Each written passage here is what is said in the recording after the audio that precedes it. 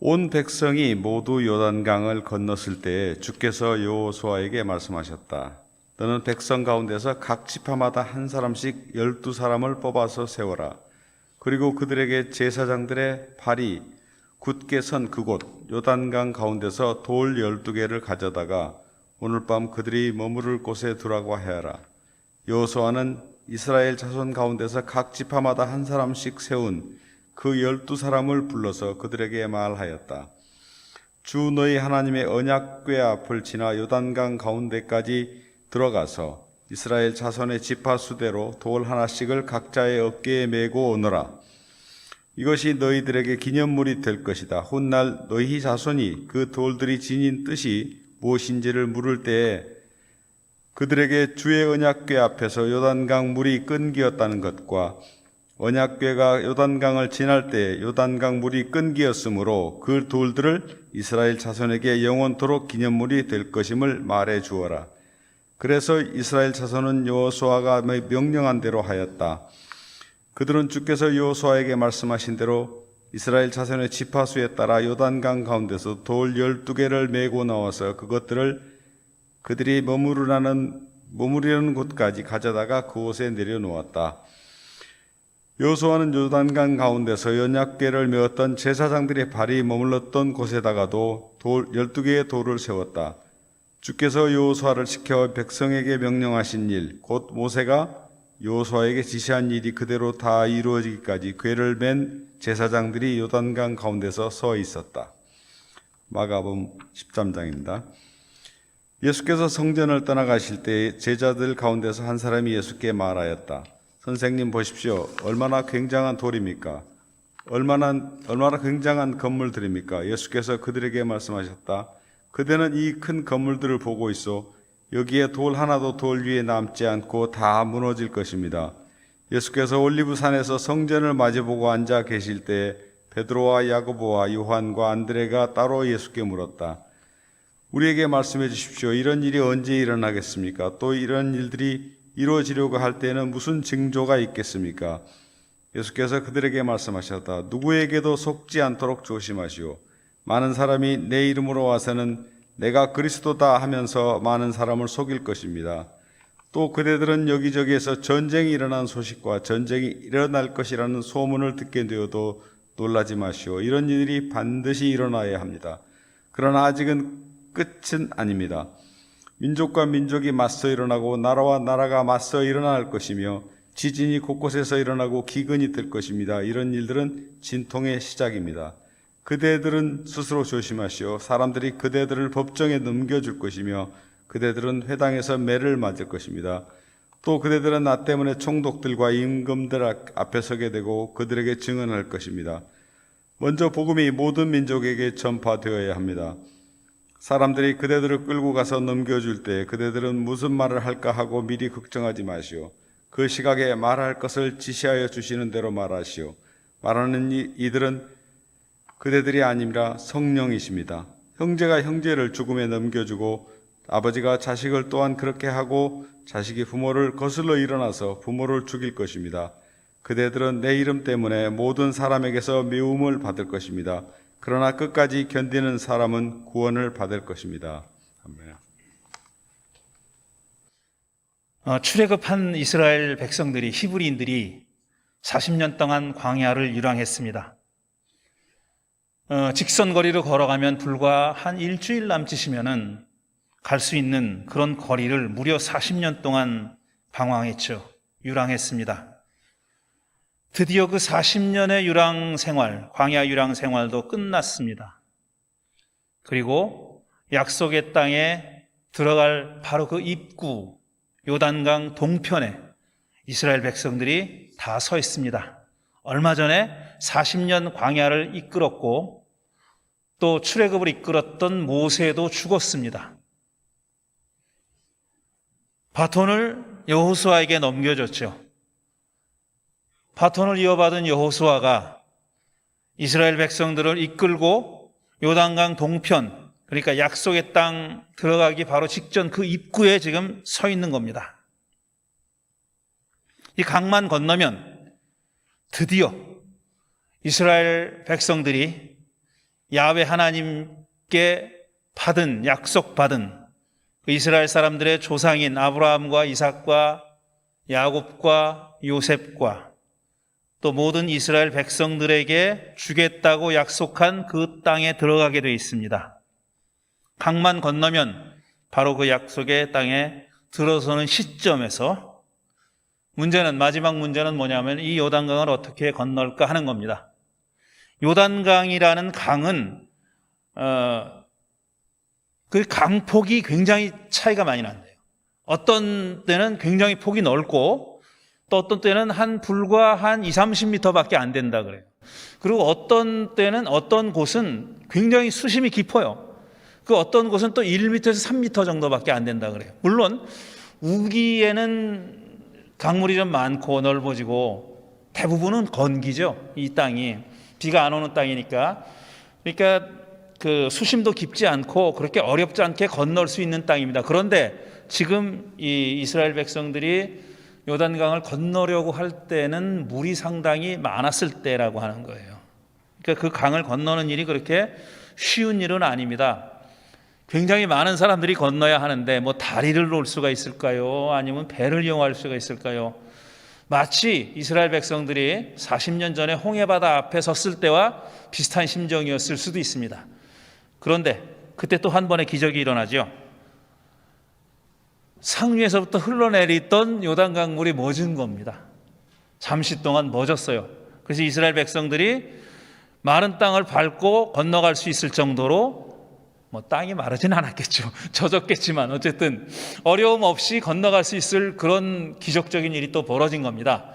그때 여호수아가 12지파의 우두머리들에게 명령하는 겁니다.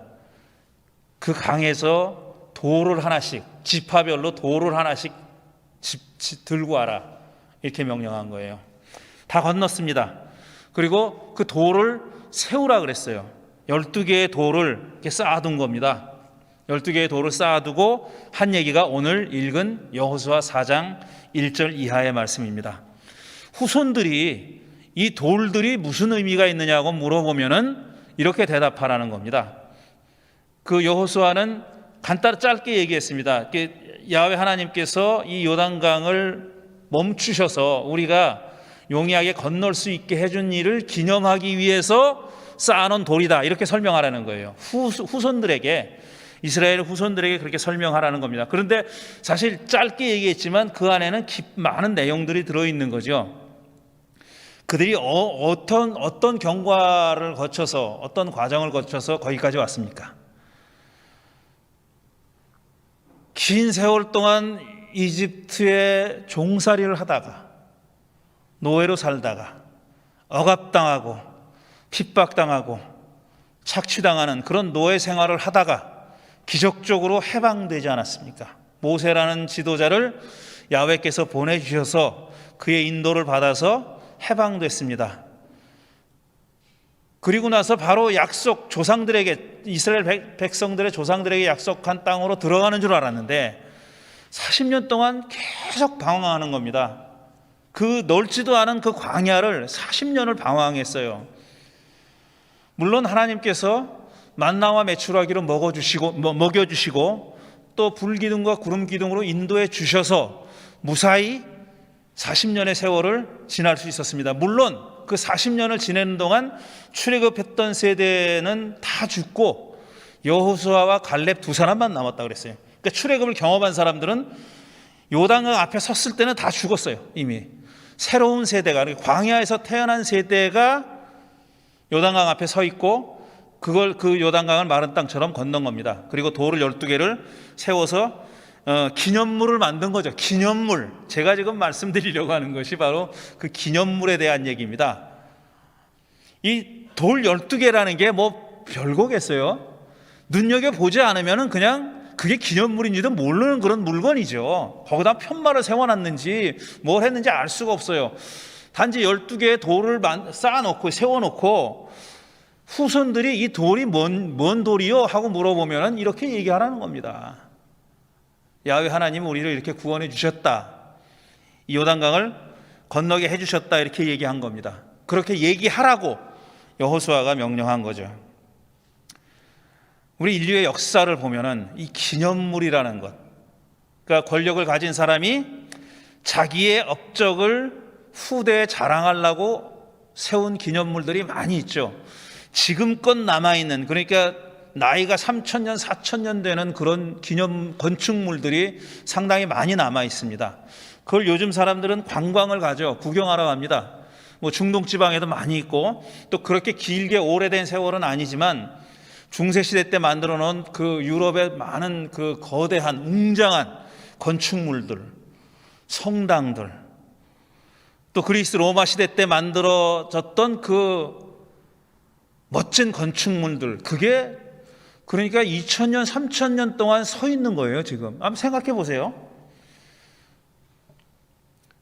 여기서는 집이 굉장히 오래됐잖아요, 다. 저희 집도 1947년도에 지은 집이니까 굉장히 오래된 집이에요. 한 70년이 된 집이잖아요. LA 보면 100년 넘은 집도 많아요. 전문가들이 보면은 언제 세웠다는 걸 다 안답니다. 그 파운데이션 어떻게 해놓고 그 당시에 레귤레이션에 따라서 지었으니까 그걸 보면은 안 돼. 이게 언제쯤 지은 집이다 하는 걸 안답니다. 근데 100년 넘어가는 집도 굉장히 많거든요. 물론 조금씩 수리를 했겠지만. 근데 지금 봐도 상당히 낡았지 않습니까? 그런데 생각해 보세요. 3,000년이 된 건물, 에집트나 메소포타미아에 남아있는, 중동 지방에 남아있는 3,000년, 4,000년 된 건물들이 지금도 남아있어요. 그 얼마나 튼튼하게 지은 거예요? 저는 사람의 그 문명의 정도, 그러니까 3,000년 전에 우리 인류가 가지고 있었던, 물론 발달된 문명을 이룩했던 사람들의 작품들이지만 엄청나요. 지금 봐도 참 놀랍지 않습니까? 그런데 그 동전을 좀 뒤집어 보면 또 이런 것도 있죠. 우리 문명이, 인류 문명이 이루어 놓은 굉장한 업적입니다. 그런데 그 동전을 뒤집어 보면, 야, 이걸 짓느라고 얼마나 많은 돈을 쏟아 부었을까? 또 얼마나 많은 사람들이 피땀을 흘렸을까? 경부고속도로 짓느라고도 수많은 사람들이 죽었어요. 그래가지고 내려가다 보면 그 위령탑 같은 게 있지 않습니까? 지금도 있나 모르겠어요. 제가 저 중학교 때는 있었거든요. 그 휴게실도 있고 위령탑이 있었어요. 그 경부고속도로를 짓다가 죽은 사람들, 위령탑이 있었어요. 그런데 지금부터 3,000년, 4,000년 전에 그런 웅장한, 지금껏 남아있는 그런 견고한 튼튼한 건물, 그렇게 웅장하고 멋진 건물을 지으려면 얼마나 많은 사람들이 희생을 했겠냐 이거예요. 근데 힘 있는 사람들, 권력자들은 그걸 기념물이라고 세운 겁니다. 자기의 업적을 기념하기 위해서 후손들이 그걸 기억해 달라고 세운 겁니다. 많은 신전들이 있어요. 신전들은 또 뭐냐 하면은, 템플, 성전들은 뭐냐 하면은 자기들의 신심을 보여주기 위해서 세운 거예요. 안 그렇습니까? 자기들의 신심을, 그러니까 하나님 보고 잘 받아, 신더러, 하나님이라고 얘기 안 하겠어요. 신더러 잘 봐달라고 세운 겁니다. 우리가 당신을 향한 이런 충성심이 이 정도입니다. 이렇게 화려한 건물을 세워서 당신께 바칠 정도로 그렇게 우리는 대단한 신심을 가지고 있습니다라고 알아달라고 하는 거 하나, 그 다음에 또 다른 하나는 나는 이런 신전을 지을 만한 권력이 있다, 힘이 있다는 걸 보여주기 위한 거죠. 그래서 그렇게 웅장한 건물들을 짓는 겁니다.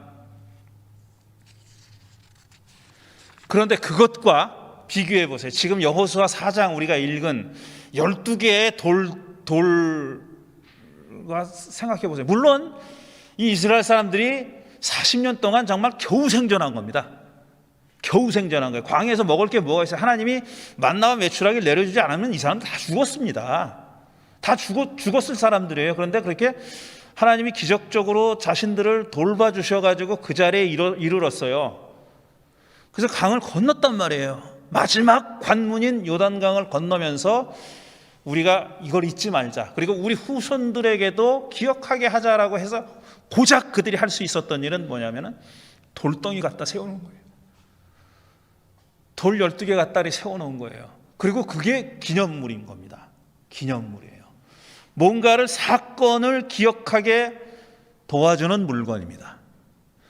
권력이 있는 사람들, 힘 있는 사람들, 돈 있는 사람들은 엄청난 건축물들을 세워서 그렇게 자신의 업적을 기리라고 했고 기억하라고 했는데, 지금 이 이스라엘 백성들은 가진 게 없기 때문에 그러나 자기들이 어떤 하나님의 돌보심을 받고 여기까지 이르렀는지 하는 것은 이거 우리가 잊지 맙시다. 절대로 잊지 맙시다. 우리도 잊지 말고 우리 후손들도 잊지 않도록 합시다라고 해가지고 돌 12개를 갖다 놓은 겁니다. 그건 기념물이자 하나의 표징이자 상징이죠. 자기들이 어떤 삶을 살아왔다는 것을 보여주는 상징물입니다. 그러니까 그 자기들이 살아온 삶에 하나님께서 어떻게 함께 해주셨고 인도해 주셨느냐 하는 것을 잊지 말고 기억하자는 의미에서 만들어 놓은 기념물이에요. 그 다음에 우리가 마가복음 13장을 읽었습니다. 마가복음 13장은 예루살렘에 서 있는 헤롯 성전을 가리켜서 하신 말씀이에요. 처음에 어떤 사람, 예수의 제자 중에 한 사람이 선생님 보십시오. 이 얼마나 엄청나게 대단한 건물입니까? 얼마나 웅장한 건물입니까? 라고 그렇게 얘기하니까, 감탄해서 얘기하니까 예수님이 돌 하나 돌 위에 놓여져 있지 않고 다 무너져 내릴 것이다 라고 얘기하셨어요. 성전을 왜 짓습니까? 방금 말씀드린 대로 자기들이 섬기는 신께 자기들의 신심을 보여주고 싶은 거예요. 우리가 당신께 얼마나 충성하고 있는지, 얼마나 당신을 정말 섬기고 잘 예배하려고 하는지를 보여주는 것인 동시에 나는 이런 신전을 지을 만한 그런 능력이 있다라는 걸 보여주는 권력의 상징이기도 합니다. 맨 처음에 다윗이 그럴 만한 권력을 쥔 이스라엘의 최초의 왕입니다. 그만한 권력을, 그러니까 사울은 엄두도 못 냈어요. 성전을 지을 엄두도 못 냈습니다. 그러니까 사울이 성전을 짓지 못한 것은 그가 신심이 부족해서라기보다는 리소스가 없어서요. 그러니까 가진 게 없었기 때문에, 그만한 재력이 없었기 때문입니다. 다윗이 드디어 주변 여러 종족들을 다 평정하고 영토를 확장한 다음에 한숨 돌린 다음에 생각해낸 게 뭐냐면 성전을 짓자입니다. 이렇게 나를 도와주셔가지고 내가 이렇게 큰 권력을 갖게 해주신 그 야훼 신께 성전을 지으려고 했어요. 못 졌죠. 근데 그 이유가 정확하게 뭔지는 아무도 모릅니다. 나단이라는 예언자가 나타나가지고 짓지 말라고 그랬다. 야훼가 짓지 말라고 그랬다. 그렇게 얘기했어요. 그래서 지으려다가 포기합니다. 근데 그걸 싹 이어받아가지고 그의 아들 솔로몬이 성전을 쳤어요. 그게 첫 번째 성전입니다. 예루살렘 성전, 첫 번째 성전. 그 성전은 바벨론 제국이 침략했을 때 완전히 파괴되고 말았어요. 완전히 부서져 버렸습니다. 그리고 거기 성전의 그 호화로운 집기들을 바벨론 사람들이 다 뜯어갔죠. 뭐 금은 다 뜯어가고 청동 다 뜯어갔어요. 그리고 완전히 폐허로 만들어 버렸습니다. 그리고 성전이 없던 시대를 수십 년을 살았어요. 그러다가 바벨론에서 페르시아로 제국이 바뀌고 페르시아의 왕이 이스라엘의 포로들을 돌아가게 했죠. 귀환시켰어요. 그리고 다리우스라는 왕은 자기 황실 금고에서 돈을 꺼내가지고 이스라엘 사람들더러 성전을 재건하라 그랬어요. 이스라엘 사람들이 포로로 식민지 사는 사람들이 무슨 돈이 있어 성전을 집니까? 못 져요. 하도 세금으로 수탈해 가는 게 많아가지고 그냥 기본적인 생활도 하기 어려운 형편이었어요. 근데 페르시아의 다리우스 황제는 자기 돈을 들여가지고 성전을 지으라 그랬어요. 왜 그랬을까요? 다 정치적인 계산이 있는 겁니다. 다리우스가 무슨 이제부터 야훼를 모시고 섬겨야 되겠다, 페르시아 신을 버리고, 천만의 말씀, 그거 아닙니다. 지배하는 데 필요했기 때문에 돈을 쓴 거예요. 그게 그들을 지배하는 가장 효과적인 방법이라고 생각해서 돈을 쓴 겁니다. 성전을 세웠죠. 그게 제2성전입니다. 두 번째 성전. 그리고 지금 예수님 시대에 헤롯 왕이 그 성전을 중축했어요. 예수님 때까지도 이미 여러 해 동안 중축을 했는데 아직 완공되지 않은 상태입니다. 왜냐하면 제2성전이 굉장히 초라했거든요. 작았어요. 그러니까 헤롯이 증축한 거예요. 그럼 헤롯은 왜 증축했을까? 신심이 왁 넘쳐가지고 유대인의 신 야훼 하나님을 나도 섬겨야 되겠다. 아닙니다. 그 사람도 정치적인 머리를 굴린 겁니다. 그래서 성전을 증축했는데 그 성전을 가리켜서 예수님이 이거 돌 하나 돌 위에 얹히는 일 없이 다 무너질 거다라고 얘기한 겁니다. 저도 가서 보진 못했지만, 가서 제가 태어나기 전에 일이니까 보진 못했지만, 한국전쟁 끝난 다음에 평양시내가 그랬다 그래요. 한국전쟁 끝나고 나서 평양시대가 그랬답니다. 그야말로 돌 하나 돌 위에 얹혀진 경우를 볼 수 없을 정도로 완전히 폐허가 되어버렸다고 그렇게 하죠. 예수님은 그 헤롯 성전이 그렇게 될 거라고 예언하신 겁니다. 그 다음에 제자 4명이 와서 물어봐요. 언제 이런 일이 일어날까요? 여기서부터 우리가 기독교인들이, 그러니까 신약을 공부하는 사람들은 소묵시록이라고 얘기합니다. 이걸 작은 묵시록, 큰 묵시록은 요한계시록이고 작은 묵시록, 그러니까 마지막 때에 어떤 일이 일어날 것인가를 미리 예언한 내용이다, 이렇게 이해하고 있어요. 소묵시록. 그런데 이 문맥을 보면은 이건 마지막 때 얘기가 아니라 헤롯 성전이 무너질 때 어떤 일이 일어날까라고 물은 겁니다. 예수의 제자 4명이 와서 물은 거는 뭐냐면은 자기들이 정말 유대인들이 그 무엇보다도 중요하게 생각하는, 심지어는 우주의 중심이라고 믿었던 그 성전이 무너진다고 예수님이 얘기했는데 그게 언제 일어나냐고 물은 거예요. 그러니까 사실은 이 문맥을 보면은 묵시록은 아닙니다. 그건 세상의 끝날이 아니에요. 물론 성전이 무너지면 세상 끝난다라고 믿었던 사람이 있었을지도 모르죠. 그 사람에게는 묵시록이지만 지금 우리가 읽을 때는, 그리고 예수 시대에 많은 사람들의 생각도 이렇게 마가복음을 쓴 사람도 성전이 무너질 때가 되면은 어떤 일이 일어나겠습니까? 라고 물어본 겁니다. 거기에 대해서 예수님이 대답하신 거예요. 지금 우리가 길게 읽었잖아요. 성경을 13절, 마가복음 13절 읽었는데 그 소묵시록은 그 이후로도 계속 이어집니다. 그 내용을 좀 요약해서 말씀드리면은, 일단 오늘 읽은 대목에 나온 뭐라고 되겠냐면, 자기가 그리스도다, 메시아다라고 주장하는 놈들이 여기저기서 많이 나타날 거다. 가짜 메시아를 사칭하는 가짜 그리스도가 많이 나타날 거다. 그다음에 전쟁이 많이 벌어질 거다. 그다음에 기근이 일어난다. 그다음에 제자들에 대한 박해가 심각해질 것이다. 그리고 모든 민족에게 복음이 전파될 것이다. 그리고 가족들 간에 서로 싸움이 일어나다. 가족이 파괴될 거다. 가족이 파괴될 거라는 얘기가 나와요. 여기까지 우리가 읽었는데 그 이후에도 계속 이어집니다. 전 우주적 스케일로다가 천지 개벽이 일어날 거라 그래요. 해가 어두워지고 다른 빛을 잃고 별들은 하늘에서 떨어진다 그랬어요. 그리고 인자가 큰 권능과 영광으로 구름 타고 온다 그랬어요. 이런 일이 일어날 거라 그럽니다. 그러니까 예루살렘 성전이 파괴되기 직전에, 파괴될 때가 오면 이런 일이 일어날 거라 그래요. 여러분 어떻게 생각하십니까? 천지 개벽하는 거 보셨어요? 해가 어두워지고 달이 빛을 잃고 별이 막 떨어지고 누가 구름 타고 오고, 그런 일 안 일어났죠 아직까지. 그러니까 우리가 읽은 대목에서는 우리도 경험하는 일들이에요. 그게 전쟁의 소문이 언제 그쳐본 적이 있어요? 지금도 기근에 시달리는 사람이 얼마나 많습니까? 벌써 한 10여 년 전만 해도 5초에 한 명씩 아이가 죽는다고 그랬어요.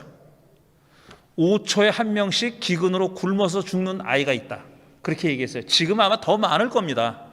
더 자주 죽을 거예요. 기근이 있죠. 전쟁의 소문이, 전쟁 없는 날이 하루라도 있었습니까?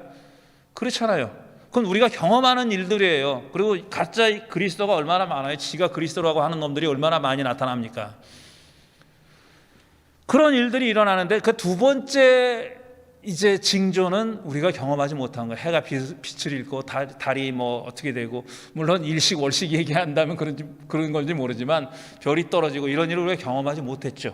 그리고 인자가 구름 타고 오는 것도 못 봤고 아직까지는 그런 거 경험하지 못했어요. 근데 예수님은 그렇게 말씀하셨어요. 그런데 세 번째로 또 무슨 얘기를 하냐면은 무화과 나무의 비유를 배우라고 얘기해요.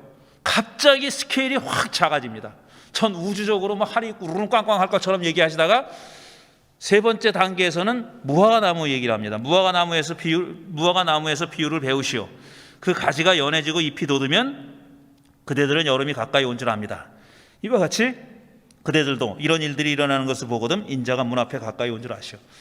자, 무화과 나무 잎이 연해지면 뭐가 다가왔다고? 여름이 가까이 다가온 줄 알아라 하는 거죠. 그러니까 무화과 나무 이파리를 보면은 계절을 느낄 수 있다는 거예요. 우리가 지금 가을에서 겨울로 넘어가는 계절을 느끼는 것처럼 말이죠. 잎이 떨어지고 낙엽이 지고 뭐 색깔이 변하면은 가을이 왔구나 하는 것처럼, 그걸 아는 것처럼 그렇게 될 거라는 얘기입니다. 그런데 이렇게 길게 얘기하시고 나가지고 우리를 참 너무 허무하게 만드는 기절이 맨 마지막에 나옵니다. 이 모든 표징들을, 이게 이런 일이 언제 일어나나 하고 이렇게 눈을 크게 뜨고 지켜보던 사람들을 실망시키는 그런 말씀을 하셔요. 그러나 그날과 그때는 아무도 모릅니다. 기껏 이렇게 얘기해놓고 전쟁이 날 거다, 기근이 날 거다, 뭐 하늘에서 별이 떨어질 거다, 그러니까 무화과 나무 잎을 보고 배워라, 이렇게 길게 얘기한 다음에 그때가 언제인지는 아무도 모릅니다. 하늘의 천사도 모르고 아들도 모르고 오직 아버지만 아십니다. 이렇게 얘기해요. 그러니까 늘 깨어서 조심하시오, 이렇게 얘기합니다. 그럼 이런 얘기는 뭐하러 했나 싶어요. 모른다는데, 언제인지 모른다는데 이런 얘기는 왜 하셨을까, 이런 생각이 듭니다. 자, 제가 오늘 표징을 어떻게 해석할까라는 제목을 내걸었습니다. 지금 말씀하신 것이 예수께서 예루살렘 성전이 무너질 즈음에 일어날 일들, 표징들의 사인이에요. 사인. 이런 일이 벌어지면은 이제 성전이 무너질 때가 다가왔다. 우리 그리스도인들은, 현대 그리스도인들은 마지막 때가 다가왔다, 이렇게 이해하고 있는 거죠. 근데 저는 그 앞에 뭔 얘기를 했냐면은 이스라엘 사람들이 후손들에게 광야 생활과 요단강을 기적적으로 건너게 하신 하나님의 은총을 기억하게 하기 위해서 쌓아놓은 12개의 돌멩이를 얘기했습니다. 12개의 바위를 얘기했어요. 그 징조, 지금 예수께서 말씀하신 징조를 어떻게 해석하든지 간에 그건 뭐냐면은 내용은 그거예요. 이제 새로운 세상이 열릴 때가 됐다는 얘기를 하고 싶은 겁니다. 새로운 세상이 열릴 때가 됐다. 그건 예수의 오심과 더불어서 새로운 세상이 열린 겁니다. 그게 복음이죠. 그런데 첫 그리스도인들은 그 새로운 세상이 열리는 표징을 어디서 봤냐 하면은 강보에 쌓여서 구유에 누워있는 아기에게서 봤습니다. 그 대목을 전하는 복음서 기자는 뭐냐면 이것이 그대들에게 표징이 될 것입니다, 그랬어요. 누가복음에 천사들이 밤새고 양을 치고 있었는데, 목자들이 양을 치고 있었는데 천사가 나타나가지고 얘기합니다. 구세주가 태어났다고. 그러니까 가죠. 양을 치던 목자들이 가서 봐요. 그 사람들이 본 게 이겁니다. 강보에, 포대기에 쌓여서 구유에 누워있는 한 아기를 봤어요. 아주 초라한 아기를 본 겁니다. 그야말로 정말 초라한 아기를 본 거예요. 포대기에, 거의 거적에 가까운 포대기에, 아주 낡은 포대기에 쌓여서 구유에 누워 있어요. 말밥통에 누워 있는 아기를 볼터인데 그것이 그대들에게 표적이 될 거다 그랬어요. 그게 표적이라고. 다시 정리를 하면은 미래에 대한 표징은 우리가 예수님 말씀대로 알 수가 없어요. 근데 표징은 그게 언제 일어나느냐를 보여주는 표징이 아니에요. 그게 언제를 알려주는 표징이 아니에요. 무엇이 일어날 것인가를 보여주는 게 표징입니다. 언제 일어날 줄은 아무도 몰라요. 근데 무엇이 일어날까 하는 것을 보여주는 거예요. 지금 언제보다 사실 더 궁금한 건 무엇이 아닙니까? 근데 예수님이 예루살렘 성전이 무너질 거라고 말씀하시고서 표징을 얘기하셨어요. 그러니까 예루살렘 성전이 무너진다는 얘기는 뭐냐면은 저는 이렇게 해석하는 거예요. 소위 힘 있고 돈 있고 권력 있는 사람들이 자신의 업적을 치장하고 과시하고 후대에 전하고 그렇게 하기 위해서 만들어 놓은 건축물이 무너지는 것, 그게 표징이다 이거예요. 그게 표징이고, 그 다음에 그로부터 한 1200년 전에 이스라엘 백성들이 40년의 광야 생활을 마치고 요단강을 건넌 다음에 쌓아놓았던 12개의 돌무더기, 그게 표징이라고 생각하는 거예요. 그 다음 무슨 공통점이 있느냐 하면은 이제 새로운 세상이 열린다는 겁니다. 새로운 세상이 열린다는 거예요. 그런데 제가 꼭 드리고 싶은 얘기는 이겁니다. 지금부터 할 얘기예요. 이렇게 길게 얘기했지. 지금 이 얘기를 하려고 했는데, 첫 그리스도인들은, 첫 기독교인들은 그런 기념물을, 호화로운 건축물 아닙니다. 그들이 후손들에게 자신들의 신앙, 그리고 자신들이 하나님으로부터 받은 은총을 얘기하고 싶은 건 누구나 가지고 있는 거예요. 누구나 가지고 있어요. 누구나. 그런데 그거를 힘 있는 사람들은 건축물을 세운 거예요. 근데 돈 없고 가난했던 히브리인들은, 이스라엘 사람들은 돌 12개를 쌓아둔 거예요. 첫 그리스도인들은 이야기를 만들어냈습니다. 이야기를. 눈에 보이는 어떤 물건을 쌓아놓은 게 아니라, 그게 호화로운 건축물이 됐든 12개의 돌무더기가 됐든 그걸 쌓아놓은 게 아니라 이 사람들은 이야기를 스토리를 만들어낸 거예요. 그게 예수의 탄생 이야기입니다. 예수의 탄생 이야기 보면 첫 복음서엔 마가복음 없어요. 예수의 탄생 이야기가 없어요. 그냥 예수님이 다 어른이 돼서 나타나서 복음을 전하는 걸로 돼 있어요. 물론 그 전에 세례자 요한 얘기가 나오지만, 마태복음에는 예수님의 탄생 얘기가 있어요. 동방박사가 나오고 예루살렘으로 가고 뭐 이런 얘기들. 누가복음은 지금 말씀드린 대로 이 들에서 양을 치던 목자들이 천사들로부터 고지를 받고 아기 예수를 경배하러 갑니다. 거기는 헤롯 대왕도 안 나오고 2살 아래 죽인 아이들을 죽인 얘기도 안 나오고 그런 얘기 안 나와요. 그러니까 이 이야기는, 예수의 탄생 이야기는 말하자면 첫 기독교인들한테는 기념물 같은 겁니다. 기념물 같은 거예요. 이렇게 이야기들을 만들어 가지고 후대 사람들에게 전하고 싶었던 거예요. 이 이야기의 초점도 뭐냐면 딱 하나입니다.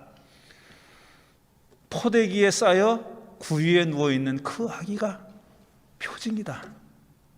이제 이 아기로 인해서 새로운 세상이 열린다. 우리가 그 새로운 세상이 열리는 것을 본 목격자여 증인들이다. 이 얘기가 하고 싶은 겁니다. 이 얘기가. 그래서 예수의 탄생 이야기들을 그들이 만들어낸 거예요. 거기서 어떤 역사성을 발견하고 이게 역사적인 사실이 아니다, 이딴 소리 하는 거는 정말 너무나 수준 낮은 얘기입니다. 역사적인 얘기 아니에요. 이거는 기념비입니다. 기념비. 후대 사람들에게 돌도 아니고 건축물도 아니고 이야기로 전하고자 했던 바로 기념비. 그것이 예수님의 탄생 이야기고, 예수님의 탄생을 기다렸던 사람들의 이야기가, 그러니까 대림절 기간 동안에 우리가 묵상해 볼 이야기가 바로 그런 기념비에 해당하는 그런 얘기들이다 하는 겁니다. 예. 오늘은 여기까지 말씀드리겠습니다. 잠시 드린 말씀 기억하면서 생각하면서 묵상하는 시간 갖겠습니다.